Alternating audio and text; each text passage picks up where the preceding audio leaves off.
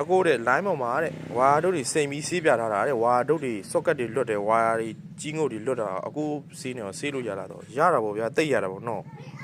ကျွန်တော်တစ်ချက်ပြပြီမယ်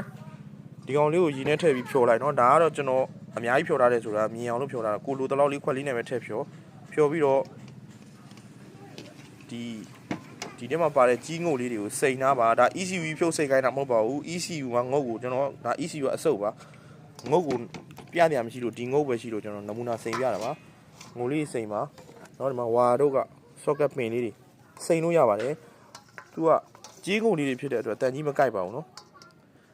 မိနစ်20နာရီခွဲလောက်စိန်ပြီးလို့ရှိရင်ကျွန်တော်ပြန်ပြပေးမယ်နော်ဒါဒီဂျီဝါတို့လေးကျွန်တော်စိန်ပြီးမယ်စိန်ပြပေးမယ်ဒါလေးတွေအစားစိန်ပြီးဖွေးသွားလိမ့်မယ်နော်အကုန် socket တွေဆို socket တွေကပင်တွေ socket တွေဒီငုတ်တွေဆိုလို့ရှိရင်ကျွန်တော်ကလစ်တွေမှာအဖြစ်များတယ်ဗျ socket တွေလွတ်တာလीအဲ့လိုလေးကိုလိုတဲ့နေရာလေးတွေဖြုတ်ပြီးစိန်လို့ရပါတယ်စိန်ပြီးသုံးကြည့်ပါကျွန်တော်နောက်ထပ်နိုင်ခွဲလောက်နေလို့ရှိရင်မိနစ်20နိုင်ခွဲလောက်နေရင်ကျွန်တော်စိန်ပြီးတော့တစ်ချက်ပြန်ပြပေးမယ်နော်နမူနာလေးတစ်ချက်စိန်ပြီးပြန်ပြပေးမယ်စိန်သုံးလို့ရပါတယ်ကြီးငုတ်ဖြစ်တဲ့အတွက်တန်ကြီးမကိုက်ပါဘူးစိန်လို့ရရင်စိန်ပြီးဖွေးသွားလိမ့်မယ်နော်စိန်သုံးလို့ရပါတယ်